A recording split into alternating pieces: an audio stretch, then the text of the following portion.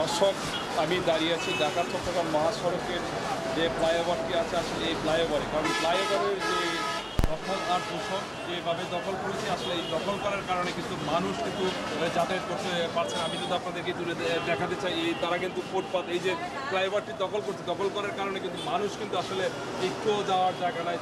ছেলে মেয়েরা কিন্তু আসলে পুরুষের সাথে যে ঘেঁষাঘেঁষি গা ঘেঁষাঘেঁষি করে কিন্তু যেতে পারছে না। আমরা যদি যেমনটি আমরা চেষ্টা করবো দু একজনের সাথে কথা বলতে বা ব্রিজের উপরে এই সব জিনিসগুলো বসে, যে হকারদের, এই জন্য আমাদের রাস্তাঘাটে চলতে সমস্যা হয়।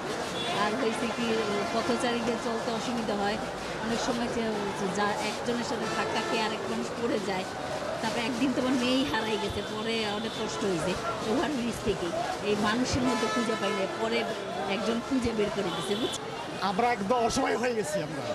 আমরা বসে গেছি একটা দেশের মধ্যে, এটা হয় না, এটা কোনো দিন ওপরে কাটবো না। গিফট কিভাবে দেখেন, একটা দুই দিকে চলাচলা করতে হইলে এতটুকু রাস্তায় কোনো রকমই সম্ভব না। আমরা দেওয়া যায় একজনের পিছিয়ে অনেক সময় আমাদের ব্যয় হয়। এবং এই পুরো রাস্তাটা যেহেতু এই ব্রিজটা কার জন্য হয়েছে, জনসাধারণের জন্য হয়েছে, ফুটপাতের জন্য হয়েছে, জনসাধারণের জন্য করা হয়েছে। এইখানে যদি এই অবস্থা যদি হয়, তাহলে আমরা কোথায় যাবো? এই রাতে কোথায় যাবে?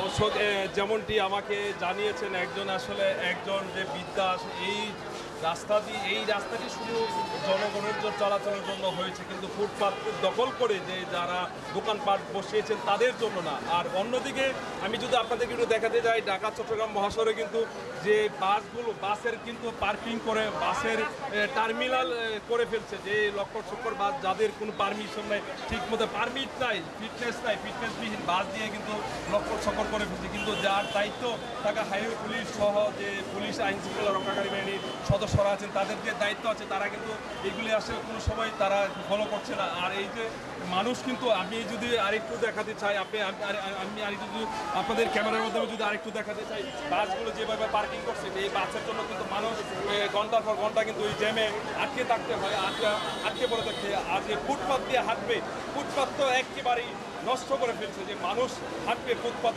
কিন্তু দখল করে, ফুটপাতের যে দখল করে যে দোকানপাট বসিয়েছে, বিভিন্ন দোকানপাট দখল করে কিন্তু ফুটপাত একেবারে ফুটপাত মানুষ যে চলবে, এই চলার ব্যবস্থাটা কিন্তু রাখে না। কিন্তু যাদের দায়িত্ব ছিল যে আইন শৃঙ্খলা রক্ষাকারী বাহিনীর সদস্যরা, তারা কিন্তু আসলে এইগুলো কিন্তু ফলো করে না। আমি আপনাদেরকে আরেকটু দেখাতে চাই, যে আপনারা একটু জানিয়ে রাখি, দেখেন আপনাদের আসলে এই যে ফুটপাতের যে এই ফ্লাইওভার ব্রিজ আছে, ফ্লাইওভার ব্রিজে কিন্তু মানুষ আসলে যাতায়াত করতে অনেক সমস্যা হচ্ছে, অনেক সম্মুখীন হচ্ছে।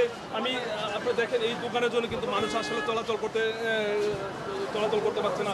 মানুষ শুধু অভিযোগ দিচ্ছে, কারণ এইগুলোর দায়িত্ব ছিল হাইওয়ে পুলিশ কিন্তু আসলে তাদের বিরুদ্ধে কোনো ব্যবস্থা নেয়নি। পাবলিক কিন্তু, জনসাধারণ কিন্তু আসলে আমাদের কাছে তেমনটি অভিযোগ করেছে। এই ছিল আমার কাছে মনিরুল আলম, গ্লোবাল টেলিভিশন, নারায়ণগঞ্জ।